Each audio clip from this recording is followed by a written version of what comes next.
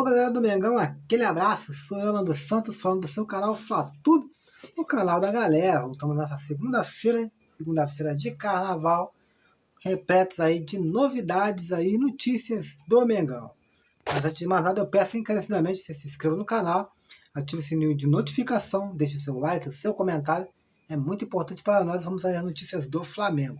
O Flamengo está encaminhando a renovação de contrato com um dos seus goleiros. Calma, não é Matheus Cunha, muito menos Agustín Rossi. Trata-se aí do jovem de 18 anos aí, Lucas Furtado. Lucas Furtado, que teve participações importantes na temporada aí da Copinha, né? Copinha 2024. Ele que foi responsável aí, né, por colocar o Flamengo na semifinal do campeonato. Vale lembrar que naquela ocasião ele pegou ali os pênaltis ali e se destacou em defender os pênaltis e ali colocou o Flamengo na semifinal. O Flamengo depois, no jogo da semifinal, foi desclassificado, né, perdeu ali pelo placar de 2-1 para o Cruzeiro. Ele que chegou em 2019, né, atuou pelas categorias sub-15 e sub-17, antes de atuar sobre o sub-20. Hoje, com 18 anos, Lucas Furtado espera ter a sua renovação de contrato aí.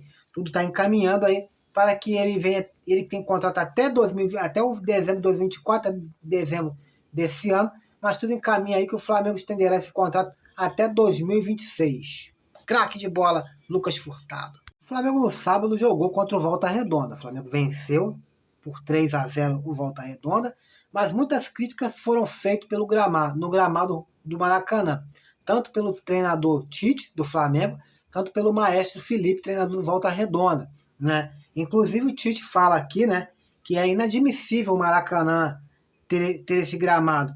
Não sei quem é o responsável, estou falando o diagnóstico, diz o Tite. Parabéns ao Felipe, que é da nova geração de treinadores, que me agradam bastante. Gosto de jogar para frente, né? Segundo gol de pênalti prejudicou um pouco o Volta Redonda, disse o Tite, né? Na entrevista, ele fala que o pênalti somente aconteceu por causa do gramado, que dificultou ali, né? E fez com que o jogador do Volta Redonda tivesse ali que fazer o pênalti, né? Então tá aí, Tite detonou o gramado, Matheus Cunha também detonou o gramado também, falou muito mal desse gramado.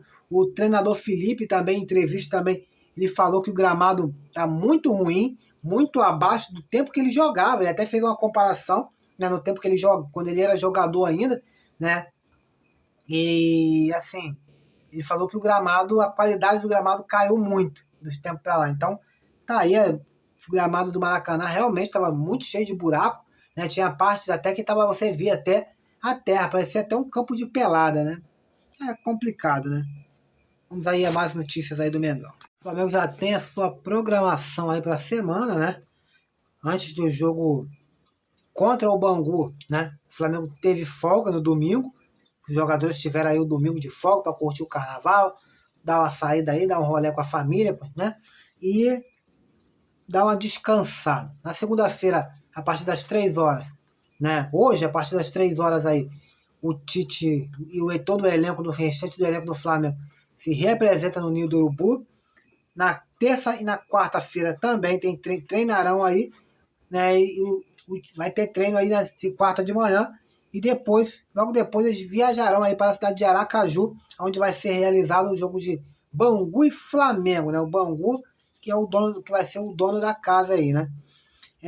Flamengo tem essas atividades aí antes desse duelo. E esse jogo vai ser transmitido pela Bandeirante e você também vai ver no canal de streaming da Gold. Então tá aí, Flamengo e Bangu, Bangu e Flamengo que é o Bangu que é o mandante desse jogo aí. Então o Flamengo, segunda-feira, a partir das 3 horas, vai treinar normalmente, terça, quarta-feira eles viajam à noite para enfrentar na quinta-feira aí o time do Bangu, às 21h30 aí, horário de Brasília. Após a coletiva do jogo do Flamengo, né, o Matheus Bac, filho do Tite, né, do Adenor, né, ele falou aí da coletiva e rasgou elogios para um jogador que tem sido muito criticado pelos torcedores. Trata-se aí de um Luiz Araújo, né? Luiz Araújo, que veio do futebol da MLS, né? Muita gente tem pego no pé dele, né? Depois daquele negócio do número, né? Que ele herdou os números 7 do Everton Ribeiro, que tinha que ser do Nicolás de la Cruz e tudo mais. Muita gente pegou implicância ali, isso é coisa de torcedor mesmo, né? Na minha opinião, o Luiz Araújo é muito bom jogador e ele precisa sim de rodagem e confiança aí. Ainda mais nesse esquema que o Tite joga com o Luiz Araújo. Rende muito mais do que com o próprio Nicolás de la Cruz caindo pela ponta direita. Aí a palavra do Matheus Bach aqui, ele fala assim: nós temos muita qualidade no nosso elenco, fica difícil de tomarmos decisões em um jogo ou outro. O Luiz é um menino que vem trabalhando bastante, vem trabalhando duro, desde que a gente chegou aqui, ganhou seu espaço, né, por merecimento dele, tem espaço, tem um espaço marcante com a gente, então a gente acredita que podemos arrumar uma maneira aí de potencializar todos, Luiz, o Nico, o Arrasca, o Gerson, todos esses atletas a gente precisa entender e dar tempo para ver como essas peças vão funcionar. Disse aí o filho e auxiliar de Tite, o Matheus Bach, né? E segundo os dados aí do portal SoftScore, foi o melhor jogador da partida contra o Volta Redonda, ostentando uma nota aí de 9,4, tá? Então tá aí, ele que calou a boca aí de muitos críticos aí, e ele que deu um passe maravilhoso aí, deu um passe ali para o gol do Gabigol, né? Gabigol, gostei do Gabigol, pelo menos no início do primeiro tempo ali. Depois ele cansou um pouco, voltou a querer voltar muito ali para o meio campo e se perdeu um pouco. Mas Gabigol, na minha opinião, ele jogando perto da área ali, ele é um jogador mortal. A tabela atualizada aí do Campeonato Carioca fica assim: Fluminense é o primeiro com 17 pontos, Flamengo é o segundo com 15 pontos, o Nova Iguaçu é o terceiro com 14 pontos e o Vasco da Gama é o quarto com 12 pontos. Esses são os 4 classificados aí para as semifinais.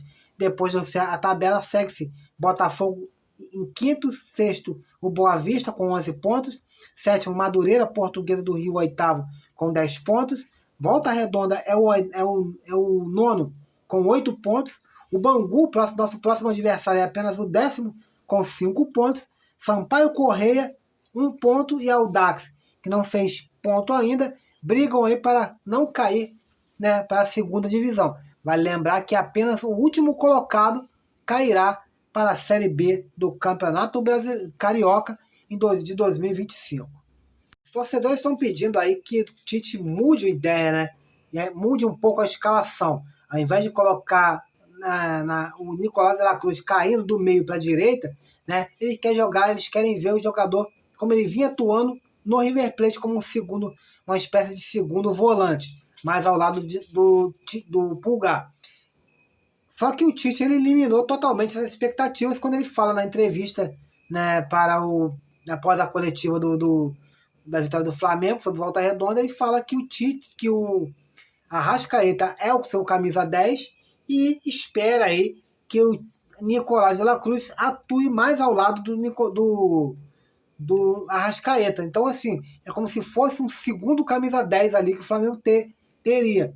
Então, ele quer mais avançado, diferentemente do pensamento do torcedor. Eu também gostaria de ver o Nicolás de la Cruz atuando como segundo volante, mas o Tite, por enquanto, pede paciência, pede calma e pede tempo para trabalhar aí, e ele espera aí, colocando esses jogadores para jogar, espera aí a adaptação da maneira que ele quer o Nicolás de la Cruz atuando no campo do Flamengo, e o Flamengo acerte esse meio campo. A verdade é que esse meio campo do Flamengo anda meio perdido, né? Tantos jogadores bons, mas uma hora você vê o Gerson perdido, uma hora você vê o Arrascaeta, outra hora você vê o Nicolás de la Cruz. Quem segura a mamona toda daquele meio campo ali tá explodindo nas costas do Eric Pulgar. Então é o cara que não pode ficar perdido nesse campo aí. A verdade é que o meio campo do Flamengo anda muito bagunçado e o Flamengo tem que se acertar. Espero que o Tite venha trabalhar e acertar isso aí o mais rápido possível. No sábado de carnaval não foi apenas o Flamengo que jogou. O Bragantino, o Red Bull Bragantino também esteve em campo ali e após a coletiva, após o jogo ali, teve uma coletiva e com o técnico Pedro Caixinha e após perguntarem ele sobre o Léo Ortiz no Flamengo, ele deu-lhe uma resposta ali que não agradou muito os torcedores do Flamengo não. Segundo Pedro Caixinha, ele fala que não vê a sua equipe sem o Léo Ortiz, não enxerga a sua equipe sem o Léo Ortiz para o final da temporada, né, para o meio da temporada, né?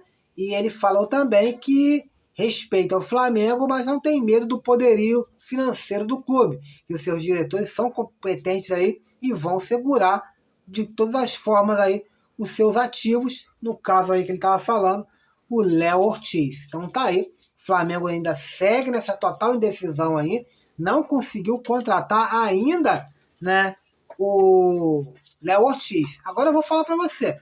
Em alguns vídeos atrás, eu tinha falado aqui para vocês que eu vi essa negociação do Léo Ortiz muito parecida com a negociação que o Flamengo estendeu até o final aí no meado de 2023, né? Quando foi a abertura da segunda janela em junho, com o Zenit. O Flamengo ficou enrolando, o Zenit ficou enrolando o Flamengo pelo Claudinho, ficou enrolando, cozinhando. Quando faltou ali uma semana, eles falaram que não ia negociar o Claudinho, e aí o Flamengo até tentou ali o Wendel, mas também com muito pouco tempo para negociar, e o Zenit aproveitou desse pouco tempo para inflacionar o valor do seu atleta e pressionar o Flamengo. Se você quiser, tem que pagar o que a gente quer. O Flamengo não forçou, até chegou próximo, mas não chegou ao valor pedido pelo Zenit. E o que está acontecendo hoje, e o que aconteceu naquela história, foi que o Flamengo não trouxe nem o Claudinho nem o Wendel. E agora o Flamengo está sendo cozinhado pelo Red Bull Bragantino. Os dias estão se passando. Daqui a pouco bate março, até encerra a janela de tempo de transferência e o Flamengo não conseguiu contratar o Léo Ortiz. O que está acontecendo? O Flamengo tem que chegar, reunir e dar o papo. Ó, vai negociar? É isso? É aquilo? Dá o papo reto. Se caso o Flamengo não fizer isso, vai ficar sem zagueiro, porque é isso que o Red Bull Bragantino está fazendo. Além de atrapalhar o rival crescer, um rival se reforçar na temporada, ele segura o Flamengo todos os tempos. Todo o tempo ali ele está segurando o Flamengo. Então o Flamengo tem que tomar uma decisão o mais rápido possível dos seus diretores e dar o checkmate aí para o Red Bull Bragantino. Ou pega ou não quer. Se não quiser, o Flamengo vai lá e tenta contratar um outro zagueiro. Seja o Lucas Fasson do Lokomotiv Moscou, né, perdão, ou seja o Domingos Duarte do Getafe. O Flamengo tem que contratar um zagueiro. Ou então eles falam, ó, não vou contratar, vou com as peças que tenho, que é arriscado demais. 4 zagueiros só, meio complicado. Outra negociação aí é a negociação do Igor Coronado. A negociação do Igor Coronado é a seguinte: Igor Coronado se despede, teve até a despedida já, né, com a camisa do Al Ittihad. Ele está livre no mercado, só que o seu agente é corintiano e ele está querendo levar para o Corinthians. Se o Igor Coronado não bater o pé e definir aí a sua situação, definir para o clube com o qual ele queira jogar no Brasil, ele vai acabar indo para o Corinthians. O Corinthians é totalmente uma incógnita para o jogador. Não querendo ser clubista, mas hoje você jogar no Flamengo ou jogar no Corinthians não tem comparação. O Flamengo é muito melhor. No Flamengo você vai disputar campeonatos, você vai disputar Libertadores, você vai jogar o Super Mundial em 2025, o Flamengo já está garantido, e o Corinthians é uma incógnita. O Corinthians não tem. Tem agora uma nova gestão, um novo presidente, que pode dar certo como não pode. Tem um novo treinador que até ganhou aí a Portuguesa, mas você não ganhando a Portuguesa, você não ganha de ninguém. Então, tá aí, né? O Corinthians todo embolado, aí financeiramente, e o atleta tá querendo ir para lá, talvez ele não tá com tanta informação, ou as coisas que estão sendo passadas para ele, é tudo por baixo do pano. O negócio é o seguinte, o Flamengo teve tempo suficiente para negociar com o atleta também e não quis. Esnobou o tempo todo, não correu atrás como deveria ter corrido. Quem correu atrás foi o Matheus Bach. O Matheus Bach pegou o telefone, falou com o Igor Coronado, conversou com ele, mostrou ali a situação, então ele já sabe tempo de contrato, já sabe quanto vai receber mais ou menos, já sabe o que ele vai querer no Flamengo. Só que o que pode pesar no Flamengo, ele vai ser uma peça que pode até ser reserva e vai brigar por posição. No Corinthians ele entra como camisa 10 e capitão da equipe. Então é uma grande diferença para o jogador. Agora, você jogar para não cair, você ir para um clube só porque você vai ser titular absoluto ali e você brigar somente por estadual ou brigar para não cair meio de tabela do Campeonato Brasileiro ou brigar por uma classificação de Sul-Americana, isso aí é muito pouco para um jogador do porte e da qualidade do Igor Coronado. Galera, esse é o vídeo de hoje. Mais tarde estaremos com atualizações. A partir das 5h30 da tarde teremos atualizações aí do Mengão Queridão. Fique com Deus. Fui!